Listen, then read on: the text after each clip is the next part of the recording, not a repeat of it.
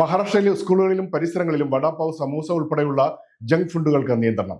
സ്കൂളുകളുടെ 50 മീറ്റർ ചുറ്റളവിൽ കൊഴുപ്പ്, പഞ്ചസാര, ഉപ്പ് എന്നിവ കൂടുതലുള്ള ഭക്ഷണങ്ങളുടെ വിൽപ്പനയും സൗജന്യ വിതരണവും പരസ്യവും നിരോധിച്ച് സംസ്ഥാന ഫുഡ് ആൻഡ് ഡ്രഗ് അഡ്മിനിസ്ട്രേഷൻ ഉത്തരവിറക്കി.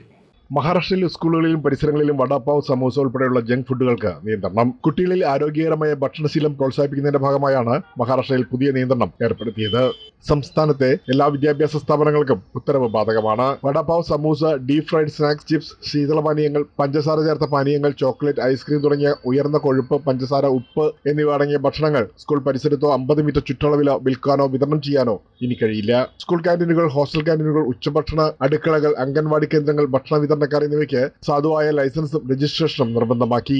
സ്കൂളുകളിൽ ഭക്ഷ്യസുരക്ഷാ ബോർഡ് സ്ഥാപിക്കുകയും ഭക്ഷ്യസുരക്ഷാ സൂപ്പർവൈസർ നിയമിക്കുകയും സുരക്ഷിതമായ കുടിവെള്ളവും ശുചിത്വവും ഉറപ്പാക്കുകയും വേണം. നിയമലംഘനം കണ്ടെത്തിയ ലൈസൻസ് റദ്ദാക്കൽ ഉൾപ്പെടെ നടപടികൾ സ്വീകരിക്കുമെന്ന് അധികൃതർ വ്യക്തമാക്കി.